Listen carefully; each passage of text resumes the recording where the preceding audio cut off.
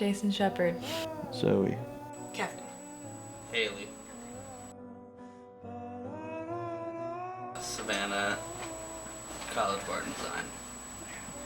My freshman year of high school at Notre Dame. At Eckerd College. In Sarasota, Florida, at pre-college. He was tall, and I'm tall, and tall guys are cool. I don't know. Probably his sense of humor. She liked one of the stories that I wrote. I don't really think we had a place. I guess my whole entire college was our place, yeah. An island called Skidaway Island off of the coast of Georgia. Like this rooftop that we first talked, but it wasn't like a place. We never went back to it. He took me to New Hope when it happened to be like Gay Pride Week in New Hope, and we were wondering why there were so many gay people around us, and then he just asked me to be his girlfriend. I feel like we just were walking around Savannah one night when it happened. I said, "Will you be my girlfriend?" On a bed. Simple as that. I went to visit him in Connecticut where he lives, and he kind of was just like, "So are we dating?" And I was like, "Yeah, I guess." I don't think I ever really did, to be honest. I said I did, I said I did a lot, but I don't think I ever really did. Probably the first time we ever got in a real fight, actually. I definitely just looked at him in his basement and was like, whoa. I think I'm in love with you. And he was like, me too. And that's how it went. Probably a year into the relationship once we started fighting. Because, like, I didn't really know if I gave a shit yet. Probably May of 2014. A year ago, no, a couple months actually. Multiple times. I think it was a total of 3 times. March of my freshman year of college. We broke up like 4 times since then. Very distant and violent and mean and just sad. When I garnered the courage, I broke up with her. He said that he was very confused and needed to figure out himself, and if he wasn't 100%, then he didn't want to be in it at all. We broke up the first time because he was blaming me for following my dreams and going to school and leaving him. And then the last time we broke up was because his dad got sick and he said he couldn't really handle that and being with someone. We just were different people. I felt held back. She felt like I wasn't doing enough. I cried. And then I went to my friend's house and got really drunk. I probably drank a lot. I smoked a cigarette and I smiled a lot. I think I read Of Mice and Men, but I was real happy. Tried not to throw up. Called my friends and I left because it was on campus, so I like immediately left campus and went to my friend's apartment and kind of just cried for multiple days in a row.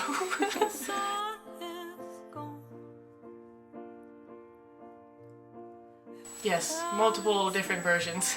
He liked to come up with ideas all the time, but none of them really pan out. We said we were gonna get married and have kids and all that stuff. Everybody says that. But after a while, she would say, do you see yourself being with me in 5 years? And I would always say, I can't say. And then she wanted me to say, yes, I do see myself with you in 5 years. She'd freak out, and I couldn't say that I couldn't say that, because I kind of knew that I couldn't. Not really. We never really talked about getting married or anything.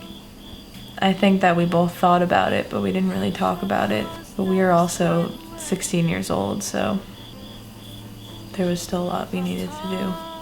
No. She was all about it, but never was ready to talk about that. I realized that I wasn't thinking about her. Well, I'm probably still not over him. When I was in Norway, I realized that he was a good person and he was going to do great things, but what we were trying to do in life was completely different.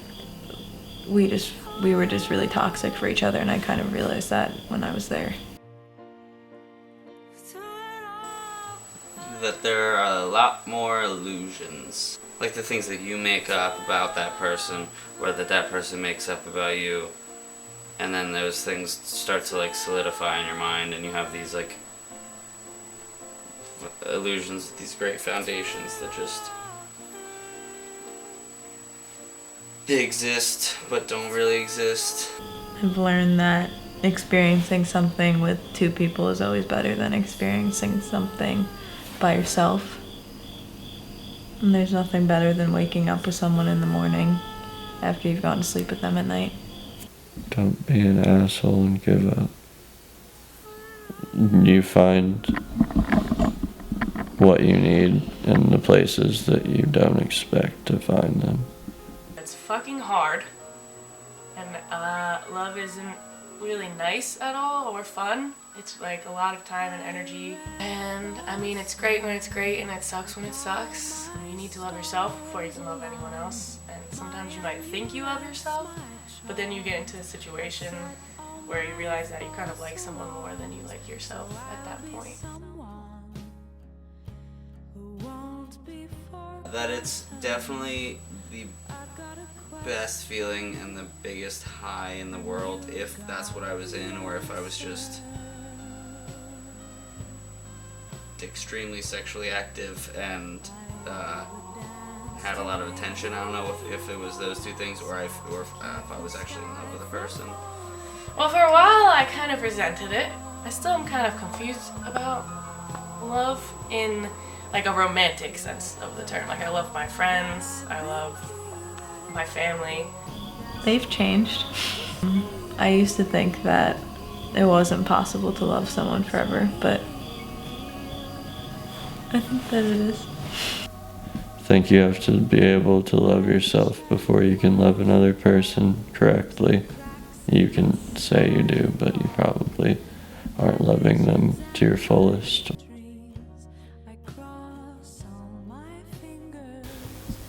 It's kind of mean to most people, but I also learned to value my time and to value myself, not let people dictate how I think or feel a lot more. I would say I'm more judgmental, which is probably a bad thing. But I definitely like have a wall up. I don't let people in very easily at all. Yeah, I think I'm just more guarded. I'm like I tread lightly around situations. And also when I feel myself like getting feelings for someone, I'm like, nope, bad, stop, can't do this. Gonna get hurt, you know? Definitely like very cautious, like overly so. Like of course everybody would be. Yeah, I'm like very self-conscious of my own caution, and like that's not cool. I mean, I think I'm still the same person, but I think I realize what's worth staying around for at this point. You know, you can only stay around for something for so long. I mean, I know that if I hadn't had my heart broken, I wouldn't have done half the things that I did in college. So I think that it forced me to be more myself and not live for another person.